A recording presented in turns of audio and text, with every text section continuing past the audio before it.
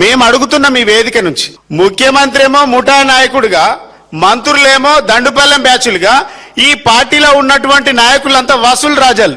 ఇలా ఇందిరమ్మ పేరు చెప్పి అందిన కాడికి దోసుకున్నటువంటి ఇందిరమ్మ ఇండ్ల దొంగలు, భూమాత పేరు చెప్పి పేదల భూముల గుంజుకుంటున్న కంత్రిగాళ్ళు, స్కీముల పేరుట గరీబోళ్ళ దగ్గర చిల్లర అరుక్కుంటున్నటువంటి చిల్లరగాళ్ళు, ఉద్యోగుల ట్రాన్స్ఫర్ల పేరుతో పర్సెంటేజీలు తీసుకుంటున్నటువంటి బ్రోకర్ గాళ్ళు, మంత్రుల ఛాంబర్ల చుట్టూ తిరుగుతూ పైరవీలు చేస్తూ బతికే బ్రోకర్ గాళ్ళు ఇలా మా గురించి మాట్లాడుతున్నారు.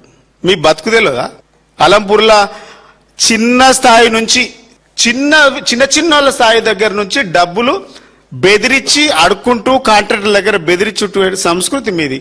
మీరు ఆర్ఎస్ ప్రవీణ్ గారి గురించి మాట్లాడుతుంది. నేనేమంటున్నా, సంపత్ నువ్వు కూడా యూనివర్సిటీలో చదివిను, సంస్కారంతో మాట్లాడు.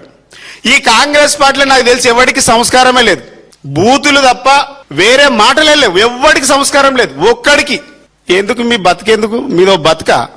సంస్కారం లేని మీ బతుకు ఒక బతికేనా అంటున్నా నేను.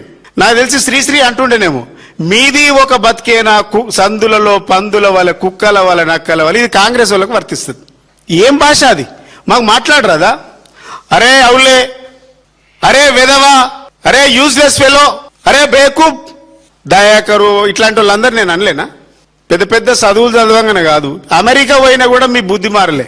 మీరు హైదరాబాద్లున్నా ఇదే, అమెరికా పోయినా కూడా మీ బుద్ధి గంతే. కుక్క తోకకు రాయి కడితే చక్కగా అంటే మీ బుద్ధి ఏడున్నా గంతే.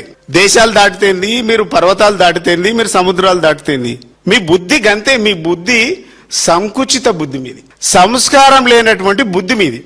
మీరు మా గురించి మాట్లాడతారు.